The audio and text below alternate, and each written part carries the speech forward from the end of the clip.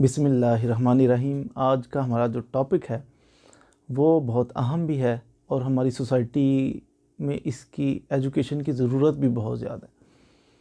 सूरह निसा की आयत नंबर 10 और 11 का अगर मुताला फ़रमाएँ तो उसके अंदर वरासत के बारे में मेंशन किया गया है कि वरासत में किस वारिस को कितना हिस्सा मिलेगा।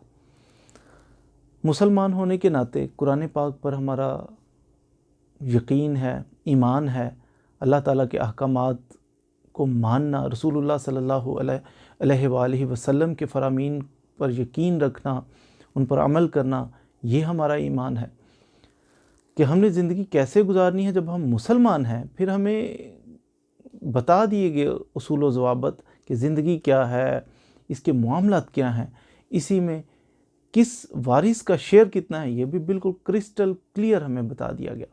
इसमें तो कोई दो राय नहीं है। लेकिन अनफॉर्चुनेटली हमारी सोसाइटी के अंदर से हिंदुआना कल्चर जाने का नाम नहीं ले रहा। बड़े बड़े शरीफ लोगों को मैंने देखा, बज़ाहिर जो मैं तो शरीफ नहीं बल्कि कहिए कि वो शरीफ नुमा कह लें, चलें शरीफ नुमा इंसान अपनी बहनों को विरासत में हिस्सा नहीं देंगे। क्या कहते हैं, ओ जी मैंने मुआफ़ करवा लिया अपनी बहन से। ये तो बड़े जो शरीफ बदमाश होते हैं वो ऐसा काम करते हैं कि बहनों से माफ़ी ले लेते हैं, माफ़ कर दो। और खुदा के बंदो, मुझे ये बताओ कि कभी किसी भाई से भी माफ़ करवाया?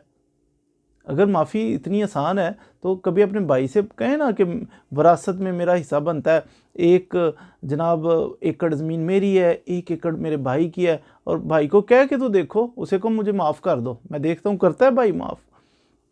तो बहनों को ही क्यों माफ़ियाँ लेके तो उनका हिस्सा खाने के दर पे? ये हराम है, क्यों खाते हो उनका हिस्सा? इसका एक तरीक़ाकार ये भी है, आप तो कहते हो ना माफ़ कर लिया है, माफ़ कर दी है, माफ़ी ले ली है। बहन को उसका हिस्सा एक दफ़ा दे दो और उसके बाद कोई साल 2 साल बाद उसे कहना कि अब बहन आप मुझे माफ़ कर दो, आप अपना हिस्सा मुझे दे दो। हाँ, मैं देखता हूँ कौन सी बहन देती है। और देते नहीं हो, ज़ालिम हो, चवल मारते हो कि कह देते हो कि जनाब हमें माफ़ कर दो, ये अपने पेके रख लो या फिर ज़मीन रख लो। बेचारी ब्लैकमेल हो के तो फिर सर हिला दे तो इसका मतलब है कि माफ़ हो गया? नहीं, ये कब्र पर बोझ होगा। जो भी शरीयत में हिस्सा मुकर्रर है अपनी बहनों को वो दिया करें। ये अजीब सिलसिला शुरू हो गया। बाज़ तो बदबख्त कुरान से शादी कर देते हैं बहनों की, और कुरान से शादी का मतलब ये होता है कि वो कुरान पाक के ऊपर हल्फ ले लेते हैं उससे कि भाई कुरान पे हाथ रख के हल्फ दो कि मैं शादी नहीं करूँगी और आइंदा के लिए कभी भी मैं विरासत में से हिस्सा नहीं मांगूंगी। इसे कहते हैं कुरान से शादी करना। कुछ कबाइल में ये ट्रेंड चल रहा है। अल्लाह का खौफ नहीं है, यानी हवस इतनी माल की कि जो कभी ख़त्म ना हो। एनी हो, आजकल सिस्टम जैसे जैसे एजुकेशन बढ़ रही है तो ये भी आसान हो गया। आज के दौर में अगर कोई बंदा, इसकी मिसाल यूँ समझिए कि अगर एक बंदा बैठा हुआ खाना खा रहा है, एक उसके करीब बैठा हुआ है, 2 इंसान हैं खाना खा रहे हैं, इसको 2 रोटियां मुयस्सर हैं, साथ वाले को 1 रोटी दी गई है। और ये कितना गंदा इंसान है कि इसके पास 2 रोटियां हैं, जिसके पास 1 रोटी है। शरीयत ने, कुरान ने, कानून ने कहा है कि बेटी का आधा और बेटे से बेटी का निस्फ होगा। फिर भी इतना बदबख्त है, इतना ये कैसा लालची इंसान है और कैसा ये हिर्स का पुजारी है कि ये उसकी एक की तरफ भी देख रहा है। अल्लाह ने इसे 2 दी हैं, 2 रोटियां एक बंदे के पास हैं, जिसके पास 1 है, ये उसके ऊपर नज़र रखे हुआ कि वो भी छीन लूँ, माफ़ी ले लूँ और पैरी पड़ जाऊँ मैं कि उसकी 1 भी मुझे मिल जाए। तो ये कैसे कम अक्ल लोग हैं। अल्लाह ताला इनको हिदायत दे। बहरहाल ये जो औरत का इस्तेहसाल हमारी सोसाइटी के अंदर जारी है कि माफ़ियाँ ले ली धोखे से। बाज़ बंदे ऐसे हैं अदालतों में आते हैं तो आके तो अपनी बहन की शनाख्ती कार्ड की कॉपी ले आए तो कोई और महल्ले की औरत ले आई है, इधर उधर से पकड़ा दकड़ी की औरत, उसके ना ये जी वही है मेरी बहन है, तो ये देखो बयान दे रही है, अपने नाम लगवा ली। बाद में बहन को कहते हैं अब्बा जी तो जाते हुए नाम लगवाते ना, बहन बेचारी जाके शर्म के मारे अदालतों में चेक करना, ना उसने पटवारी से रिकॉर्ड देखना, तो वो फिर प्रॉपर्टी इस तरह वो हज़म हो जाती है, खा लेते हैं। नहीं, इस तरह प्रॉपर्टी खा लेना, हज़म कर लेना, हज़म होएगी नहीं। ऐसी प्रॉपर्टी कभी हज़म नहीं होगी कि वो बहन का हक खा रहा है ना, वो हराम खा रहा है, हराम पे पलेगा, इसके बच्चे हराम पे पलेंगे और हराम खा खा के कहाँ जाएंगे, फिर कब्र के अंदर हराम वो पूरा होगा। दुनिया में ना भी हुआ, किसी तरीके बच गए तो कब्र में अजाब होगा। धोखा दिया, फ्रॉड किया, छीन लिया, उसका हक खाया।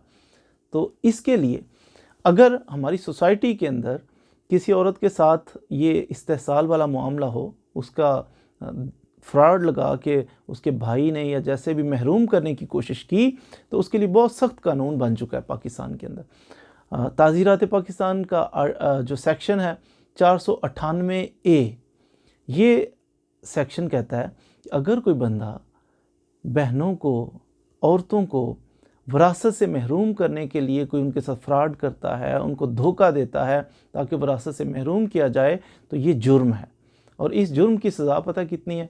इस जुर्म की सज़ा है जनाब कि वो बंदा 10 साल तक कैद में डाला जा सकता है। 10 साल कैद की सज़ा हो सकती है उस बंदे को, और कम अज़ कम 5 साल कैद की सज़ा होगी। 10 लाख रुपए तक इसको जुर्माना भी हो सकता है, या दोनों सज़ाएँ भी हो सकती हैं।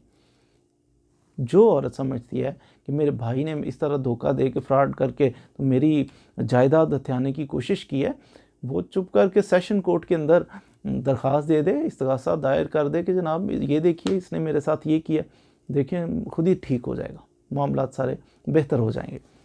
दूसरा, एक तो ये उसे सज़ा दिलाने के लिए और प्रॉपर्टी से महरूम जो किया है उसका इलाज करने के लिए। दूसरा तरीकाकार यह है कि आप जैसे ही वालिद, ये विरासत बनती है आपके वालिद की डेथ के बाद, जो मालिक है उसकी डेथ हुई उसके बाद उसके वारिसान डिक्लेयर होंगे। अगर आप समझते हैं कि आप जिसके वारिस हैं उसकी डेथ हुई है, आप वारिस बने हैं और आपका हक बनता है, फिर आप सिविल कोर्ट के अंदर एक दावा करें जिसके अंदर डिक्लेयर करवाएं कि जनाब मैं वारिस हूं और मेरा इसकी प्रॉपर्टी पर इतना शेयर बनता है। डिक्लेयर करवा के उसका कब्ज़ा लें और जनाब अपनी प्रॉपर्टी, आपका हक बनता है, उसको एंजॉय करें।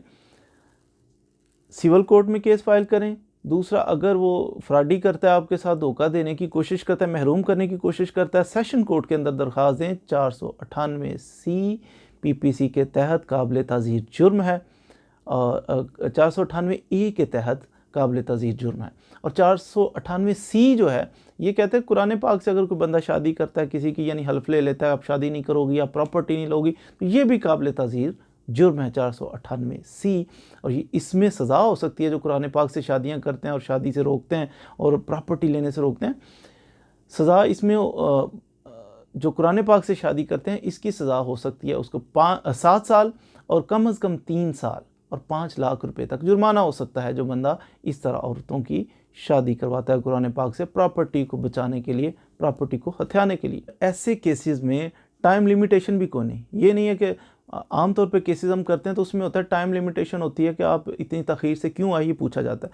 लेकिन प्रॉपर्टी का जो केस औरत को विरासत से महरूम किया जाता है, इसमें कोर्ट्स का यही व्यू है कि इसमें टाइम लिमिटेशन नहीं, जब भी आएंगे आपको इंशाल्लाह रिलीफ मिलेगा, आपका हक आपको दिलाया जाएगा। इस पर सुप्रीम कोर्ट की एक जजमेंट भी है, PLD 1990 सुप्रीम कोर्ट, इसका पेज नंबर 1 है। उसके अंदर विरासत के बारे में बड़ा डिटेल से डिस्कस किया है कि औरतों को जो हक से महरूम किया जाता है इसको हमारी अदालतों को चाहिए कि डिस्करेज करें।